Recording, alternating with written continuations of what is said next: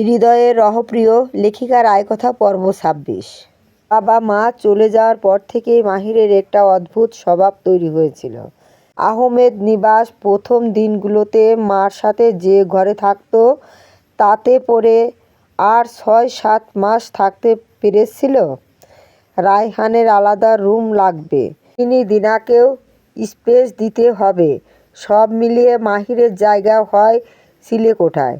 তবে চাচা তার জন্য যে ঘরটা ভালো মতো পরিষ্কার করে দেয় মাহিরের খুব খারাপ লাগে না। এখানে একটু নিরিবিলি পাওয়া যায়। একা একা ভয় লাগে প্রথম প্রথম। যখনই তার খুব জ্বর আসতো সে কখনো কাউকে ডাকতো না। অন্যদের মতো কেঁদে কেটে বাড়ি মাথায় করা বা দাদুকে ডেকে জড়াতে তার কেমন যেন লাগতো। সে খুব ছোটবেলাতেই বুঝে গিয়েছিল এই বড় পরিবারে সে আর ৫টা বাচ্চার মতো নয়। তার একটু বাড়তি অসুখ বা ঝামেলা মানেই সবার বিরক্তি বাড়ানো। সে কারোর উপর বোঝা হতে চায় না। তার তীব্র জ্বরে যখন শরীর কাঁপত, ছোট্ট মাহির নিজের হাতটা ঘুরিয়ে নিজের পিঠে নিজের হাত বুলিয়ে দিত। নিজেই নিজেকে শান্ত করার চেষ্টা করত। ঠিক হয়ে যাবে মাহির, আর একটু পরেই সব ঠিক হয়ে যাবে। নিজেকে একা আর পরিত্যক্ত ভাবার হাত থেকে বাঁচতে সে এই নিয়মটা কাজে শিখে নিয়েছিল। নিজের জ্বর কষ্ট একাই সহ্য করে নেওয়াটাই তার অভ্যাস হয়ে গিয়েছিল। আর সব কিছুর চেয়ে মাহির সবচেয়ে বেশি ঘৃণা করত মানুষের দয়া বা করুণাকে। আহমেদ নিবাসে আসার পর থেকেই সবার চোখে সে নিজের জন্য একটা সস্তা করুণা দেখে এসেছে। কেউ যখনই তার মাথায় হাত রাখত সেই হাতের মাঝে স্নেহের চেয়ে দয়ার ভাগ্যটাই বেশি থাকত। স্কুলে যখন সে ভালো রেজাল্ট করত তখন রায়হান বেশ জোর গলায় বলতো, ও তো এতিম, এর জন্যই টিচাররা দয়া করে ওরে বেশি নাম্বার দেয়।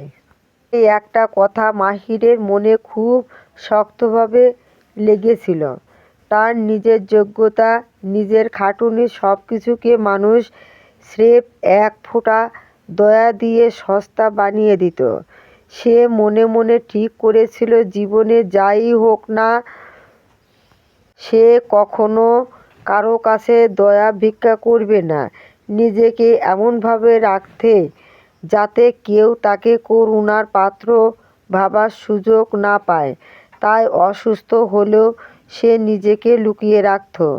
দাদি বা বাড়ির কেউ যদি জানতে পেরে মাথায় জলপট্টি দিতেও আসতো, সেই যত্নের আড়ালে লুকিয়ে থাকা দয়াটা মাহি নিতে পারত না। তার চেয়ে নিজের জ্বরে নিজে একা পড়ে থাকায় অনেক ভালো ছিল। কিন্তু আজ সেই চেনা অতীতটা যেন হুট করে উলটপালট হয়ে গেল। ভোর হওয়ার ঠিক আগে আগে মাহিরের ঘুমটা আবার ভেঙে গেল। গায়ের উত্তাপটা আবার একটু একটু করে বাড়ছে। চোখের পাতা দুটো এখনো ভীষণ ভারী হয়ে আছে। চারপাশটায় এখনো আবছা অন্ধকার। একটা চেনা হাতের ঠান্ডা স্পর্শ সে নিজের কপালে টের পেল। আয়নায় এখনো বসে আছে। এত কিছুর পরও সে এক চুল নড়েনি। রুমাল ভিজিয়ে পরম যত্নে সে এখনো মাহিরের মাথায় জলপট্টি দিয়ে যাচ্ছে। মাহিরকে চোখ মেলাতে দেখে আয়না হাতের রুমালটা বাটিতে রাখল। ওর মুখের উপর একটু ঝুঁকে এসে চিন্তিত গলায় জিজ্ঞেস করল, এখন কি একটু ভালো লাগছে?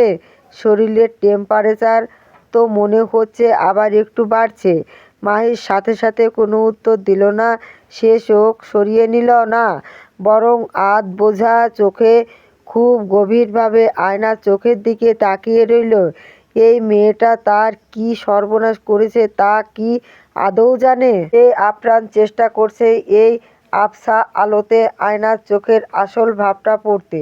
সে দেখতে চাইছে এই গভীর রাতের এই যত্নের পেছনেও কি তবে অন্য সবার মতো কোনো দয়া লুকিয়ে আছে?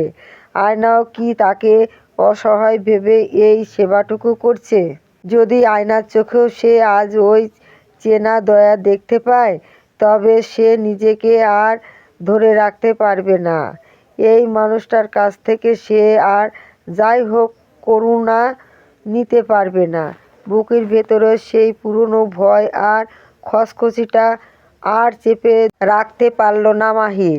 সে সন্দিহায় গলায় সরাসরি আয়নার চোখের দিকে তাকিয়ে জিজ্ঞেস করল, দাদি তোমাকে আমার মা বাবা সব কাহিনী বলেছে তাই না? আয়না থমকে যায়। মাহিরের মস্তিষ্ক সচল হচ্ছে। সে শান্ত স্বরে বলে, হ্যাঁ বলেছেন, কয়েকদিন আগেই। তুমি কি এতে আপসেট? মাহির তাচ্ছিল্য নিয়ে হাসল। Well, the makes sense. আয়না তার বিদ্রূপ ধরতে পেরে বলল, ডোন্ট বি লাইক দিস। আমি নিজে পিটি অপছন্দ করি। অনুমতিতে স্বচ্ছতা না থাকলেও তা বিষে পরিণত হয়। তাহলে তেমনটা আমি তোমার সাথে কেন করব? মাহির কোনো উত্তর করল না। আয়না অধীর হয়ে বলল, তুমি তবে আমাকে একটু চিনতে পারোনি? আমার তোমার প্রতি সম্মান বেড়েছে, সহমর্মিতা জেগেছে। We are the most self sufficient person I have ever মেট। আমি দয়া দেখানোর মানুষ নয়, আর তুমিও করুণা পাওয়ার মতো কেউ নও। আয়নার আকর্ষক যুক্তিগুলো তীরের মতো গিয়ে বিঁধল মাহিরের বুকে। তার তাসের ঘরের মতো সাজানো ভয় এক নিমিষে গুড়িয়ে গেল তার জীবনে। শুনে করুণার আর বদলে সম্মানবোধের সত্যতা এত সহজ ভাষায় তার সামনে আগে কেউ কখনো এনে দাঁড় করায়নি। কিন্তু মাহির সাহেবের ভেতরের অভিমান এখনো পুরোপুরি কাটেনি। সে চোখ দুটো সরিয়ে নিয়ে দেয়ালের দিকে তাকালো। অভিযোগ আর অসহায়ত্বের নীরব ক্লান্ত আকুতি দুজনকে ঘিরে ধরেছে। আয়না আদুরে স্বরে বলে, এটা কি ফেয়ার? রাগ কার করার কথা ছিল? আমার মুখ ফিরিয়ে রাখার কথা, সেটা কি ভুলে গেছো? একদিনে দুইবার তুমি আমার সাথে রাগ করেছো, ধমকে এক শেষ করছো, তাও কোল্ড শোল্ডার শেষ হওয়ার নাম নেই। সব শেষে দিনার সামনে দরজার উপর থেকে অমন করে বললে, প্রয়োজন ছাড়া যেন কেউ ডিস্টার্ব না করে। আমি কি শুধু তাই করি মাহির? অথচ এখন এমন একটা মুখ করে আছো যেন সব দোষ শুধু আমার একার। মাহির ধীরে ধীরে মুখটা ঘোরালো। তার চোখের কঠোর চাউনিটা ধুয়ে মুছে গিয়ে সেখানে এক রাশ তীব্র অসহায়ত্ব ফুটে উঠল। সে বলল, আমি তো সরি বলতেই আসতাম। তোমার কষ্টের উপার্জন থেকে এত বড় একটা অ্যামাউন্ট এভাবে খরচ করবে, তাতে আমি নিজেকে ইউজলেস লাগছিল।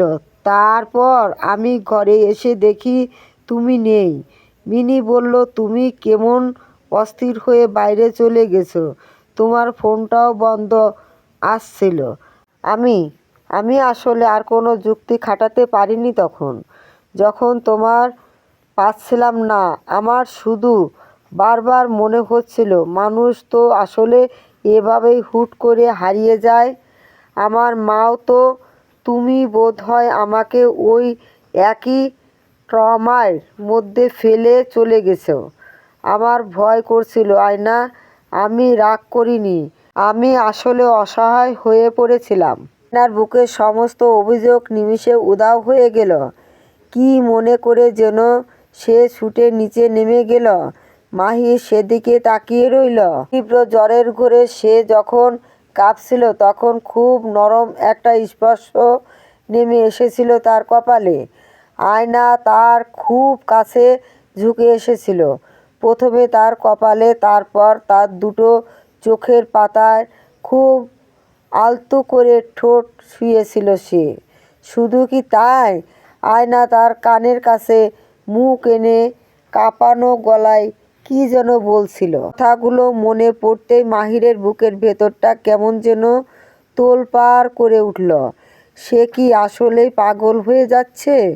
এই তীব্র জ্বরের ঘোরে কি সে কোনো অবাস্তব হ্যালুসিনেশন দেখছিল?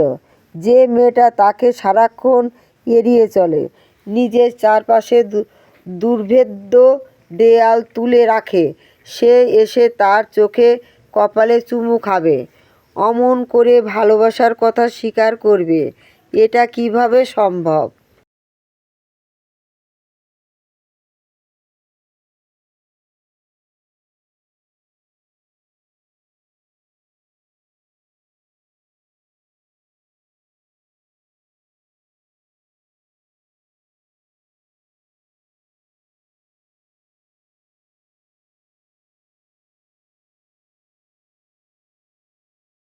বেশ কিছুক্ষণ পর সে যখন উপরে ফিরে এলো তখন তার হাতে একটা খাবারের প্লেট।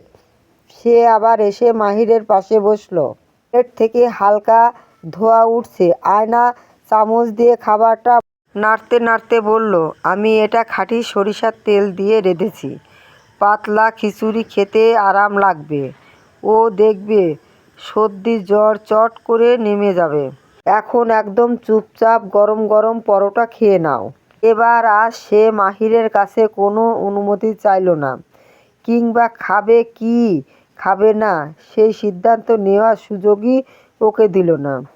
এই মানুষটার যত্ন নেওয়া, একে আগলে রাখাটা এতক্ষণে আয়নার সহজাত অভ্যাসে পরিণত হয়েছে। সে নিজে থেকে খাবারটা একটু মেখে প্রথম লোকমাটা মাহিরের মুখের সামনে তুলে ধরল। মাহির ফিলিং এর দিকে তাকিয়েছিল।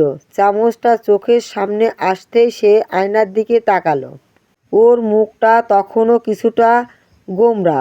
সে মুখটা ওপাশে ঘুরিয়ে নেওয়ার ভান করে নিচু গলায় গজগজ করল, এখন আর খাওয়ার ইচ্ছে নেই। তিতে লাগছে মুখটা। মুখ তিতে লাগলেও খেতে হবে। হাঁ করো। আয়না বিন্দুমাত্র পাত্তা না দিয়ে চামচটা ওর ঠোঁটের কাছে আরেকটু এগিয়ে দিল। মাহির আর না করতে পারল না। অবাধ্য ছেলে বাধ্য হয়ে মুখ খুলল। আয়না ওকে এক এক করে লোকমা খাইয়ে দিতে লাগলো। আর মাহির প্রতিবার মুখ খোলার আগে দু একটা ছোটোখাটো অস্পষ্ট অভিযোগ করেই গেল। কিন্তু ভেতরের সত্যিটা হলো, আয়নার হাত থেকে এভাবে খাবার খাওয়ার মধ্যে সে পরম শান্তি খুঁজে পাচ্ছিল। এত বছর ধরে যে একাত্মীয় আর অবহেলায় হেলায় দেয়াল নিজের চারপাশে তুলে রেখেছিল, সে আজ আর নিজেকে একা ভাবার সুযোগ পাচ্ছিল না। খাওয়া শেষ হতেই আয়না টেবিল থেকে ওষুধের প্যাকেটটা টেনে নিল। ট্যাবলেটটা মাহিরের সুস্থ হাতের তালুতে দিয়ে পানির গ্লাসটা ওর মুখের সামনে ধরল। কড়া কড়া ট্যাবলেটের দিকে তাকিয়ে মাহির যখন তিতকুটে একটা মুখ করল, তখন আয়না এক প্রকার জোর করেই গ্লাসটা ওর ঠোঁটে ঠেকিয়ে দিল। কোনো বায়না শুনবো না, এক ঢোকে গিলে নাও। মাহির ওষুধটা গিলে নিয়ে একটা দীর্ঘশ্বাস ফেলল। আয়না মাহিরের ঠোঁটে লেগে থাকা পানির ফোঁটা মুছে দিল। মাহির কোনো রকম দ্বিধা ছাড়া তার দিকে একরাশ কৌতূহল নিয়ে তাকিয়ে থাকে। আয়নার এখন আর মাহিরের দৃষ্টিতে অস্বস্তি হয় না, উল্টো মনে প্রজাপতিরা উড়োউড়ি করে বেড়ায়। ইডু মিনিট না চমকে তাকায়। ভদ্রলোকের দৃষ্টি এখন তীক্ষ্ণ, যেন আয়নার অন্তরকে পরোক্ষ করে নিতে চায়। হিরের আবারও বলে, ডোন্ট মেস উইথ মি। সত্যি করে বলো। কোনো সান্ত্বনাসূচক কথা শুনতে চায় না। আমি হুঁশে ছিলাম না, কিন্তু তুমি কি সজ্ঞানে বলেছিলে কথাগুলো? এমন কোনো কথা আমাকে বলবে না যা নিয়ে তোমার মনে এক বিন্দু পরিমাণও সংশয় আছে। হুঁশিয়ারি শুনে আয়না বেশ বিভ্রান্ত হয়ে পড়ল। সে ভুরু কুঁচকিয়ে ভাবার চেষ্টা করল মাহির ঠিক কোন কথার কথা বলছে, কিন্তু পরক্ষণেই ওর মাথায় বজ্রপাতের মতো সত্য এসে আঘাত করল। ও সারা শরীর এক নিমিষে জমে পাথর হয়ে গেল। মাহির আসলে ওই আধো সচেতন অবস্থায় শোনা কথাগুলোর জবাব চাইছে। তীব্র জ্বরের ঘোরে কাঁপতে থাকা মানুষটার কপালে আর চোখের পাতায় ঠোঁট ছুঁয়ে সে ফিসফিস করে নিজের ভেতরের সমস্ত দেয়াল ভেঙে স্বীকারোক্তি দিয়েছিল। বলেছিল সে দুনিয়ার যেখানেই যাক না কেন দিন শেষে ঠিক সেই ঘরেই ফিরে আসবে, কারণ মাহির আহমেদই তার একমাত্র ঘর। এই আকস্মিক উপলব্ধিতে আয়না স্পষ্ট ঘাবড়ে গেল। ওর চেহারায় তীব্র মানসিক টানাপোড়েন ফুটে উঠল। গভীর রাতের নিঝুম অন্ধকারে একটা মানুষ যখন ঘরের ঘরে প্রায় অচেতন, তখন অবচেতনের টানে ওই কথাগুলো বলে ফেলা সহজ ছিল, শান্তিদায়ক ও স্বাভাবিক ছিল। কিন্তু এখন ভোরবেলায় এই আলোয় এই শক্ততপ্ত পুরুষের চোখের দিকে সরাসরি তাকিয়ে সেই ভয়ঙ্কর সুন্দর সত্যিটা স্বীকার করা যে কতটা কঠিন তা শুধু আয়না নিজেই জানে। ওর ভেতরটা ভয়ে, লজ্জায়, তীব্র অস্থিরতায় কাঁপতে লাগলো। কিন্তু মাহির এবার এত সহজে হাল ছাড়ার পাত্র নয়। যে মানুষটা তার জীবনের প্রতিটা মোড়ে শুধু প্রিয়জনদের হারিয়ে যাওয়ার দৃশ্য দেখে এসেছে, তার কাছে ভালোবাসার এই দোলাচল, এই অনিশ্চয়তা এক ধরনের জীবন্ত মৃত্যুর মতো। সে শান্ত থাকার আপ্রাণ চেষ্টা করলেও ওর ভেতরের অস্থিরতা একে পাগল করে তুলছিল। সে একটা চূড়ান্ত স্পষ্ট উত্তর আয়নার কাছে দাবি করল। না, যখন কোনো মতে দৃষ্টি এড়িয়ে প্রসঙ্গটা ঘুরিয়ে দেওয়ার জন্য বিছানা থেকে উঠতে চাইল, মাহির আর নিজেকে ধরে রাখতে পারল না। সে চট করে হাত বাড়িয়ে আয়নার নরম কবজিটা শক্ত করে ধরে ফেলল। তারপর টান দিয়ে ওর হাতটা এনে রাখল নিজের বাম বুকের ঠিক মাঝখানটায়। সেখানে হৃৎপিণ্ড অবাধ্য ঘোড়ার মতো ছুটছে। মাহির ওই চোখের দিকে তাকালো রুদ্ধশ্বাসে, কাতর গলায় বলল, can you feel you wife it's going mad and restless for you. মাহিরের নিঃশ্বাস তপ্ত উন্মার মতো আয়নাকে বিঁধছে, নিজে জ্বলছে, সাথে তাকেও আবেশের দহনে পোড়াচ্ছে। আয়না হাত সরিয়ে নিতে পারল না। মাহির আরও জোরে টেনে ধরল। মাহিরের বুকের উন্মাদ স্পন্দন আয়নার হাতের স্পর্শে বিদ্রোহ ঘোষণা করেছে। প্রতিটি ধকধকানি বুঝিয়ে দিচ্ছে আয়নার একটুখানি সান্নিধ্য মাহিরের সারা শরীরে কতটা প্রলয় ঘটিয়ে দিতে পারে। অনুভব করতে পারছো তোমার ওই কয়েকটা কথা আমার এই ভেতরটায় কী তালুকালাম করিয়ে দিয়েছো? ওই কথাগুলো শোনার পর আমি কিভাবে শান্ত থাকবো আয়না? মাহিরের আকুলতার সামনে দাঁড়িয়ে আয়না অবশেষে নিজের ভেতরে সমস্ত আবেগ আর ধরে রাখতে পারল না। এত বছরে জমে থাকা ভয়, চাপা ক্ষোভ একবারে বাঁধ ভেঙে বেরিয়ে এলো। ওর চোখ দিয়ে টলটল করে জল গড়িয়ে পড়তে লাগলো। সে মাহিরের বুকের উপর থেকে নিচের হাতটা টেনে নেওয়ার ব্যর্থ চেষ্টা করে আর্ত গলায় বলে উঠল, do you realize what you are asking for me? সে ফুঁপিয়ে উঠে বলতে লাগলো, তুমি আমার কাছ থেকে সেই শিল্ড কেড়ে নিতে চাচ্ছ যা আমাকে বছরের পর বছর ধরে বাইরের সমস্ত আঘাত থেকে বাঁচিয়ে এসেছে, আমাকে একা শক্ত হয়ে বেঁচে থাকতে শিখিয়েছে। কেড়ে নিতে চাইছি না তো, তুমি নিজে ত্যাগ করে দাও তা চাইছি। না বলতে থাকলো, তুমি চাইছো আমি আবার একদম অসহায় হয়ে পড়ি? আমি নিজের সমস্ত পাহারা তুলে দিয়ে একটা মানুষকে একটা গভীরভাবে বিশ্বাস করি, যেন সেই মানুষটা চাইলে যে কোনো দিন আমাকে এক নিঃশ্বাসে সম্পূর্ণ ধ্বংস করে দিয়ে চলে যেতে পারে। ওকে ভালোবাসা বুঝি এত এত ভয়ঙ্কর আয়না? অবশ্যই। আশেপাশে প্রতিনিয়ত কি হচ্ছে তুমি দেখো না? ভালোবাসা তো পজিটিভ রিইনফোর্সমেন্টের মতো হতে পারে না, তাই না? প্রতিনিয়ত ইন্সপায়ার তো করতে পারে? এই যে প্রতিদিন সকালবেলা তোমার ঘুমন্ত মুখ দেখে অফিসে গিয়ে 10 ঘন্টার শিফট টানার শক্তি পাও, এটা কি মোটিভেশন না? এই যে বাড়িতে এসে তোমার চিন্তিত মুখ দেখলে সকল ক্লান্তি নিমিষে দূর হয়ে যায়, এটা কি এম্পাওয়ারিং না? এই যে আমি সপ্তাহে 6 দিন ফুল টাইম জব করছি, ভবিষ্যতের জন্য সঞ্চয় করছি, এটা কি ভালোবাসার জন্যই না? আয়না আর্দ্র চোখে তাকালো। মাহির একটু পর পর তার চোখের পানি মুছে দিচ্ছে। সে প্রশ্ন করল, ডু উই লাভ মি মাহির? মাহির হাসলো তার কথা শুনে। এত সুন্দর হাসি আয়নার মতে পুরো পৃথিবীতে আর কারো নেই। এত সুন্দর, এত মায়াময়, এত স্নিগ্ধ। মাহির ফিসফিস করে বলল, from the very first moment my wife তোমার আমার জন্য অপেক্ষা করা, ঘুরিয়ে আসি ভেবে মাথায় হাত বুলিয়ে দেওয়া, আমার সাথে এরকম বাড়ির চিলে কোঠার সংসার করা, আমার ট্রাগলগুলো কে নিজের করে নেওয়ার এক মুহূর্তগুলোতে আমি তোমাকে একটু একটু করে ভালোবেসেছি।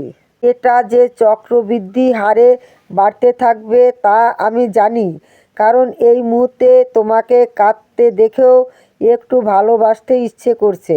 কিন্তু না, এবার আমার নিজের কানে শোনা চাই। বলো বলো। আয়না তার বুকে মাথা লুকালো। মায়ের হাত বুলিয়ে দিতে দিতে বলল, আর তুমি যে প্রশ্নটা করেছিলে, হ্যাঁ আমি জানি আমি তোমার কাছে কি চাইছি। আমি রফিক সরকার নয়, আমি মাহির আহমেদ।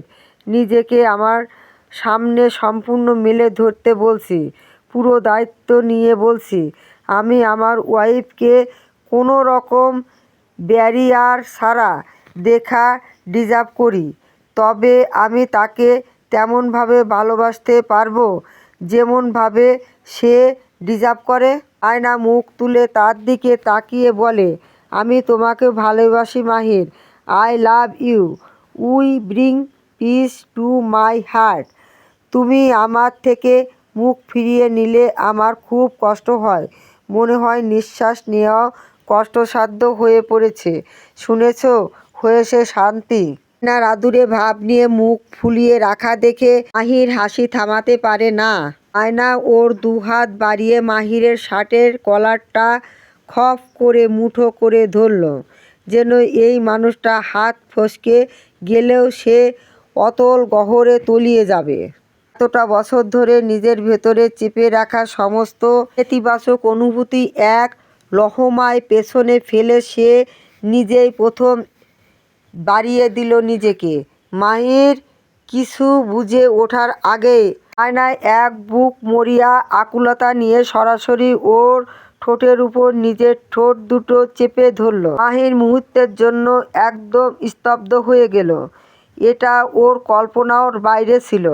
সেকেন্ডের ভগ্নাংশের জন্য মাহির যেন জড় পদার্থে পরিণত হলো। কিন্তু সেই ঘোর কাটাতে এক পলকও সময় লাগলো না। আয়নার ঠোঁটের অবাধ্য কাঁপন আর ওর শার্টের কলার আঁকড়ে ধরে রাখা হাতের আকুলতা মাহিরের ভেতরের পুরুষটাকে জাগিয়ে তুলল। সে আর নিজেকে ধরে রাখতে পারল না। খুব দ্রুত গতিতে মাহির আয়নার এই চুম্বনের প্রত্যুত্তর দিল।